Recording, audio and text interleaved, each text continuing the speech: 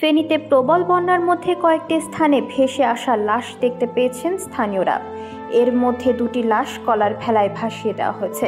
লাশগুলোর সঙ্গে সংযুক্ত চিরকুটে লেখা ছিল, বন্যার কারণে মাটি না পেয়ে কলার ভেলায় ভাসিয়ে দেওয়া হয়েছে এবং যারা লাশগুলো পাবেন তাদের দাফনের জন্য অনুরোধ করা হলো।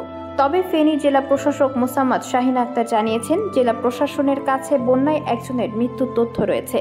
ফেনীতে 20 আগস্ট দুপুর থেকে শুরু হওয়া বন্যা পরের দিন আরও ভয়াবহ রূপ ধারণ করে।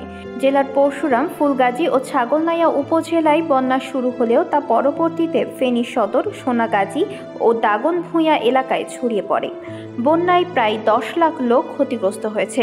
শনিবার রাতে ফেনী শহরের মিজান রোডে সোনালী ব্যাংকের সামনে হাঁটু পানিতে একটি মরদেহ ভাসতে দেখেন স্থানীয়রা। পরে স্থানীয়রা লাশটি জানাজা ও দাফনের জন্য নিয়ে যায়, তবে দাফনের স্থান সম্পর্কে কোনো তথ্য পাওয়া যায়নি। এছাড়া ফেনী সদর উপজেলার লালপোল এলাকার উত্তর গোবিন্দপুর গ্রামে বন্যায় ভেসে আসে এক শিশুর লাশ।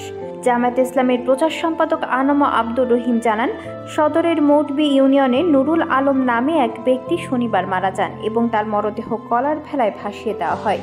ওমান প্রবাসী মাসুদ খান প্রিন্স ফেসবুকে লেখেন, তার বাবা আলিমুল্লাহ মারা যাওয়ার পর বন্যার পানিতে কলার ভেলায় ভাসিয়ে দেওয়া হয়েছে। তিনি এ ঘটনায় ক্ষোভ প্রকাশ করেন এবং দুঃখ প্রকাশ করেন যে উদ্ধারের জন্য কোনো সহায়তা পাওয়া যায়নি। ফেনী সদর উপজেলায় বন্যায় ভেসে আসা এক নারীর লাশের বিষয়ে সাংবাদিক ফারাবি হাফিজ তার ফেসবুকে জানিয়েছেন, প্লাস্টিকে লেখা ছিল মুসলিম মহিলা এবং লাশটি জানাজা ও দাফনের জন্য অনুরোধ করা হয়েছে।